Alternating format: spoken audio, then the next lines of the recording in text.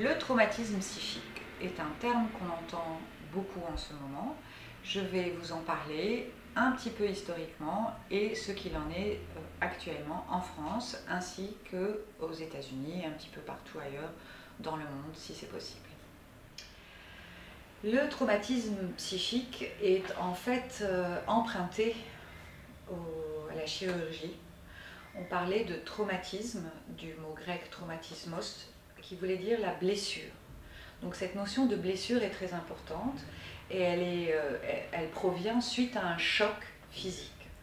La psychologie a emprunté cette notion de traumatisme et l'a appliquée à tout ce qui était choc psychologique venant de l'extérieur et donc pouvant effectuer ce qu'on appelle une blessure psychique, plus exactement ce qu'on appelle une effraction psychique. Alors je vais vous expliquer un petit peu ce mot légèrement étrange de l'effraction, mais juste avant, laissez-moi vous dire qu'il y a comme une surutilisation du terme traumatisme. Si on entend les gens vous dire dans la rue ou dans des conversations banales « je suis traumatisé », telle personne est traumatisée, si on les entend, c'est devenu un petit peu comme le stress, tout le monde est traumatisé et tout le monde est stressé. Ce n'est pas aussi simple que ça.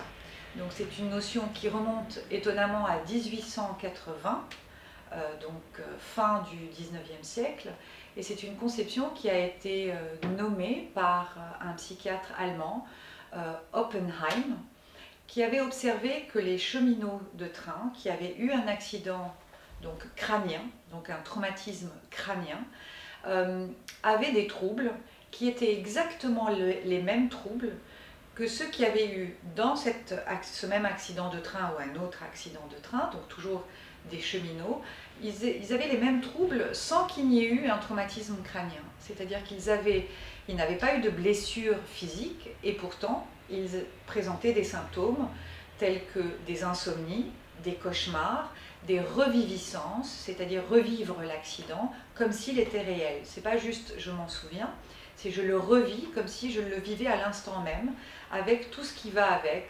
tachycardie, tremblement, sueur, et peut-être même certaines réactions de se cacher, et qui donc dérangeaient beaucoup, voire handicapaient les personnes au quotidien.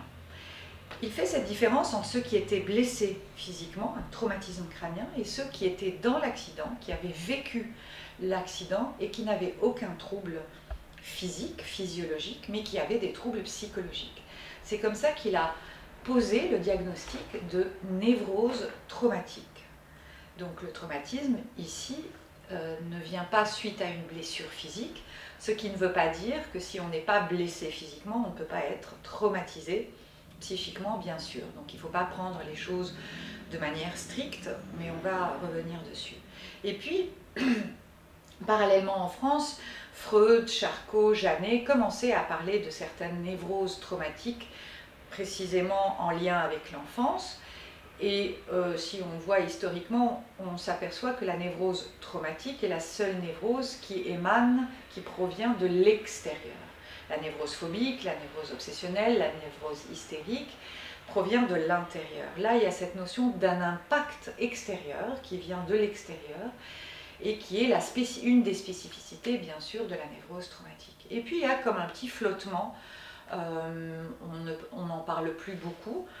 Il y a bien sûr la Première Guerre mondiale, la Deuxième Guerre mondiale, où on va voir apparaître des névroses traumatiques spécifiques aux combattants.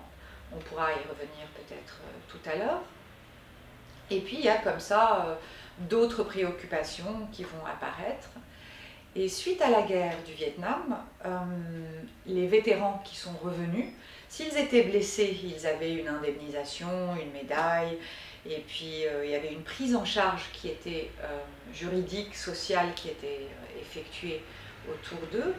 Alors que ceux qui revenaient, qui n'avaient pas de blessure physique, avaient bien entendu une indemnisation et aussi une médaille, je schématise un petit peu, mais comme il n'y avait pas de blessure physique, il leur était demandé de revenir dans la vie, on va dire, habituelle, normale, assez rapidement. Et c'est là où on s'est aperçu, où ils se sont aperçus aux États-Unis, que suite à la guerre du Vietnam, bien sûr on peut débattre du pourquoi de cette guerre, du fait que certains n'étaient pas d'accord, mais là n'est pas le sujet. Ce qu'on s'est aperçu, c'est qu'il y a eu un énorme déficit socio-économique dans la santé mentale, parce que ces personnes qui revenaient et qui n'étaient pas blessées, ou alors qui étaient aussi blessées, n'arrivaient plus à s'insérer dans la société. Et on s'est aperçu qu'il y avait des troubles très importants, donc on retrouve ce que Oppenheim avait décrit, des réviviscences, des insomnies, et tous ces troubles, troubles du sommeil, réviviscence, insomnie, cauchemar, incapacité à se réinsérer, faisaient qu'ils s'isolaient. On peut avoir apparaître des dépressions, toxicomanie, drogue, alcoolisme et incapacité en fait quasi totale de reprendre une vie normale, taux de divorce très élevé, chômage très élevé et tentative de suicide très élevée, réussie ou ratée. Ça, nous sommes dans les années 60. Ils se sont réunis et la santé mentale a décidé que dans le DSM, le diagnostic statistique manuel, c'est un manuel pour les psychiatres qui est en fait athéorique, c'est-à-dire il n'y a pas de théorie.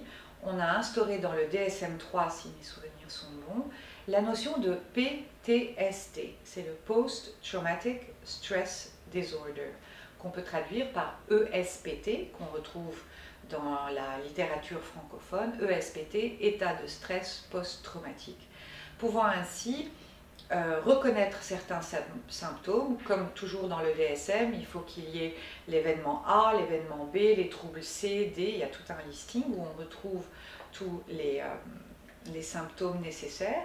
Et si ces personnes-là, au retour de la guerre du Vietnam, présentaient un PTSD, elles pouvaient avoir une indemnisation, une prise en charge. Et c'est ainsi qu'ils ont reconnu que ces personnes avaient besoin, ces militaires avaient besoin d'une prise en charge spécifique suite à leur retour de cette guerre. Très rapidement, on s'est aperçu, malheureusement, avec la montée de la violence et des différentes attaques, des différentes guerres, et surtout de la montée, on va dire, du terrorisme, mais aussi d'autres accidents importants, ils ont élargi cette notion de PTSD aux militaires et on retrouve dans le DSM-4, je pense, la notion de, dans la définition, ça peut arriver à un militaire ou à un civil. Donc toute personne civile, ça n'a pas besoin d'être un militaire, qui va vivre un événement traumatique, alors ça sera très important de définir ce qu'on appelle un événement traumatique, et qui présente tel et tel symptôme, qu'on retrouve dans le DSM, est susceptible de présenter un état de stress post-traumatique, donc ESPT ou PTSD, Post-Traumatic Stress Disorder. Donc en fait, des conceptions très similaires avec des petites nuances différentes, des nuances quand même importantes. Dans le langage anglo-saxon, nous parlons de PTSD, Post-Traumatic Stress Disorder, et en France, nous avons parlé au 19e et début 20e de la névrose traumatique, donc une névrose qui émane de l'extérieur, et aujourd'hui, on parle beaucoup plus de syndrome psychotraumatique, tellement la notion est plus vaste et plus nuancée. Mais en fait, qu'est-ce que c'est que le traumatisme? On en a parlé, on en parle beaucoup. Il y a cette notion de stress qui perturbe certains diagnostics. On a l'impression qu'il faut être stressé pour être traumatisé, ou si on est traumatisé, on est automatiquement stressé. Pas du tout. On ne va parler de traumatisme psychique que s'il y a eu un événement traumatique. C'est très difficile à définir, un événement traumatique, pas quand c'est une guerre ou une explosion ou un crash d'avion, ça sera plus simple à définir. Un événement traumatique est tout événement où la personne rencontre le réel de la mort, c'est-à-dire quand la personne a eu peur de mourir, a failli mourir, dans un moment d'effroi, de surprise et de brutalité. Alors après, qui est traumatisé, qui ne l'est pas, c'est pas toute personne qui a vécu un événement traumatique. Si nous sommes ensemble dans un wagon de métro et qu'une explosion se produit et qu'il y a des morts autour de nous et que vous et moi, nous ne sommes pas mortes, mais nous sommes blessées, est-ce que ça veut dire qu'on va être traumatisé? Non. Ça va dépendre de beaucoup d'autres facteurs. En revanche, l'événement que nous aurons vécu toutes les deux est un événement traumatique.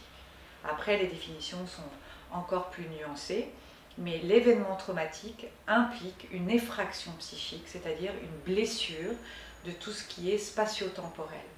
Donc c'est la notion de soudaineté, brutalité et rencontre avec le réel de la mort.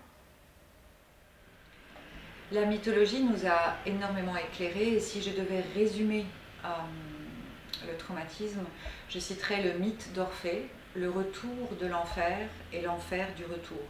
Lorsqu'on a rencontré la mort, ce qu'on ne doit pas rencontrer, la seule chose dont on est sûr dans la vie mais qu'on ne connaît pas au sens connaissance, c'est ça qui va être passionnant, parce que le traumatisme est quelque chose de passionnant, mais qu'on ne peut pas généraliser. On peut généraliser et retrouver des troubles spécifiques, mais ce qui fait que quelqu'un va être traumatisé ou non traumatisé et comment il va s'en sortir, c'est vraiment au cas par cas, et c'est en ça que c'est passionnant.